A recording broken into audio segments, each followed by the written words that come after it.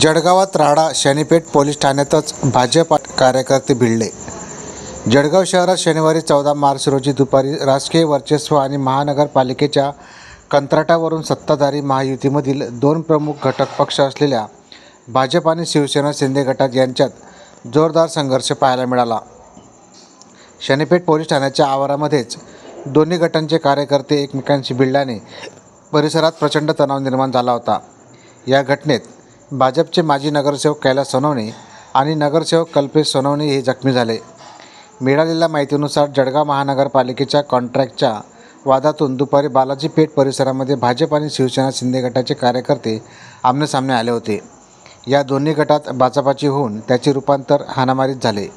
या घटनेनंतर भाजपचे नगरसेवक कल्पेश सोनवणे आणि माजी नगरसेवक कैलास सोनवणे तसेच शिवसेना शिंदे गटाचे राहुल ठाकरे हे आपापल्या समर्थकांसह परस्पर विरोधी गुन्हे दाखल करण्यासाठी शनीपेठ पोलीस ठाण्यात पोहोचले होते.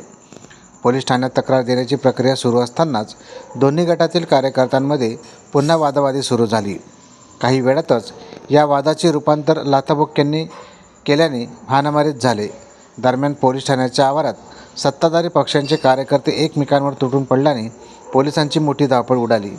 परिस्थिती हाताबाहेर जात असल्याचे पाहून पोलिसांनी मध्यस्थी केली आणि जमावाला पांगवण्यासाठी सौम्य लाठीमार करावा लागला. या हाणामारीत भाजपचे कैलास सोनवणे तसेच नगरसेवक कल्पेश सोनवणे यांना दुखापत झाले असून त्यांना तातडीने उपचारासाठी दाखल करण्यात आले आहे. दरम्यान पोलीस ठाण्यातील या राड्यामुळे शहरात भीतीचे वातावरण आणि तणावाचे वातावरण निर्माण झाले होते. दरम्यान या परिसरामध्ये पोलिसांचा चोख बंदोबस्त करण्यात आला आहे.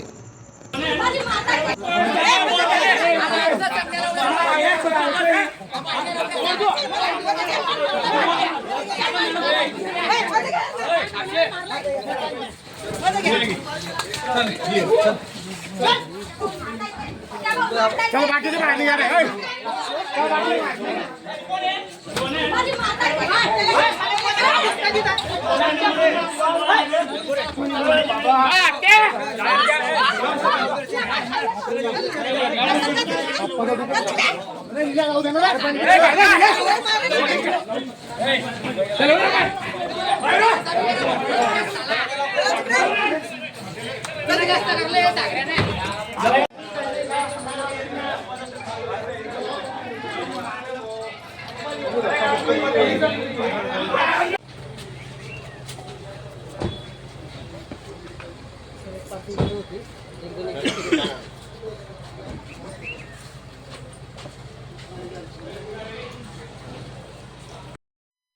काय सांगत काय घटना आहे या ठिकाणी मोठा राडा झाल्याचं पाहायला मिळतंय, दोन गटात वाद झाल्याचं पाहायला मिळतंय. नक्की काय घटना आहे, काय कारवाई केली?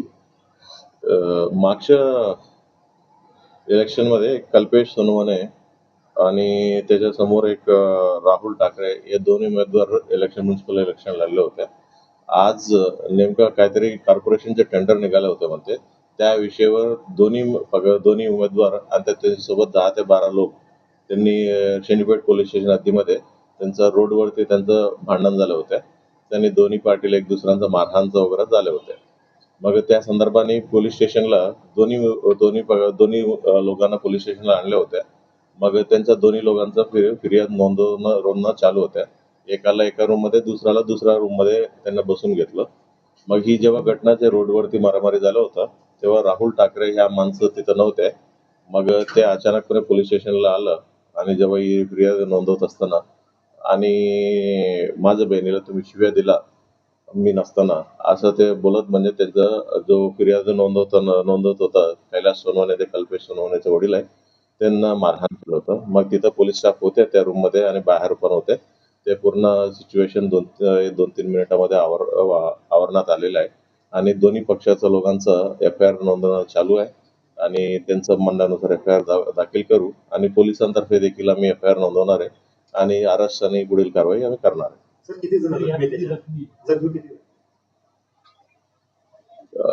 म्हणजे ही पूर्ण घटनामध्ये 3 लोक जखमी झाला असं माहिती पडतंय. सर्व आता पोलीस स्टेशनला बसून आहे.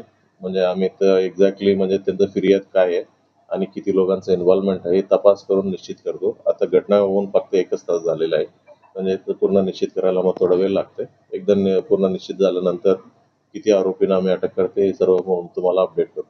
सर, ज्या ठिकाणी घटना घडली सुरुवातीला पहिल्यांदा ज्या दोघं गटांमध्ये तिथं काही तलवारी वगैरे निघाल्याचंही सांगण्यात आलंय. काय ही इन्व्हेस्टिगेशन आत्ताच 1 तासच झालेलं आहे.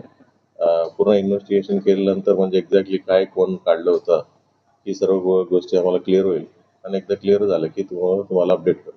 निवडणुकीच्या वादाचे काही किनारे कोणत्या पक्षाचे दोन वेगळ्या पक्षाचे आहेत का राजकीय? 2 वेगवेगळे पक्ष असतात. कोणत्या पक्षाचे? ही माहिती घेऊन सांगतो. निवडणुकीच्या वादाचे काही किनारे हं?